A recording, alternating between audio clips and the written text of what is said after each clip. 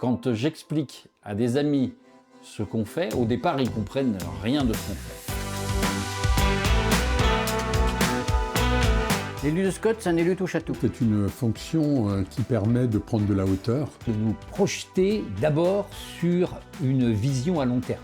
D'abord rassembler des élus. S'intéresser aux questions d'économie, aux questions d'habitat, aux questions de mobilité, aux questions des transitions, de l'environnement. Cela signifie que l'on sollicite la confiance de ceux au nom de qui vous êtes élu. Ce qui me concerne, les 206 communes des 3 intercommunalités. C'est définir une stratégie, quel avenir pour un territoire. Ça permet de se libérer, de voir loin et de voir large. D'avoir une vision à 20 ans. Travailler sur le moyen et le long terme. Le cadre dans lequel on arrive à trouver une forme de consensus. C'est une véritable complémentarité et en plus, après, ça nous permet d'aider nos collègues de le traduire dans les documents d'urbanisme tels que les PLU, PLUI. Je suis devenu passionné par cet aménagement du territoire. C'est un mandat génial parce que puis on rencontre plein d'autres collègues élus.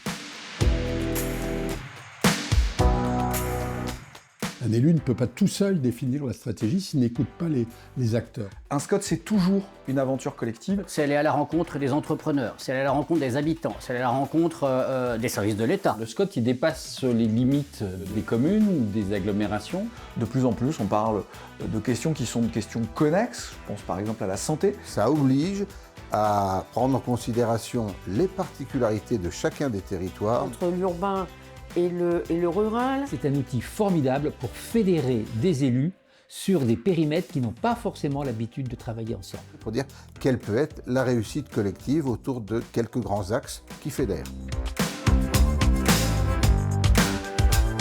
L'élu de Scott, il doit voir la réalité en face. On a un certain nombre de constats. On a aussi comme responsabilité un territoire à plus long terme. Et avoir une direction, une trajectoire dans tous les domaines. La sobriété foncière, La place de l'économie. Toutes les problématiques des transitions par l'évolution climatique.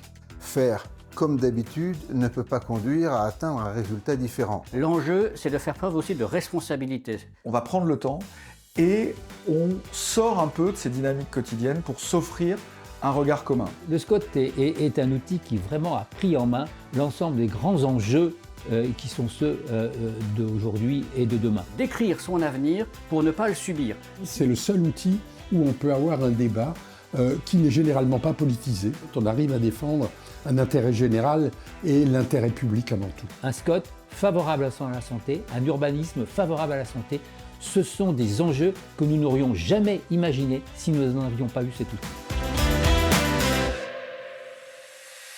C'est un passage presque indispensable pour qui veut avoir vu l'ensemble du spectre de l'engagement public, du plus concret au plus prospectif.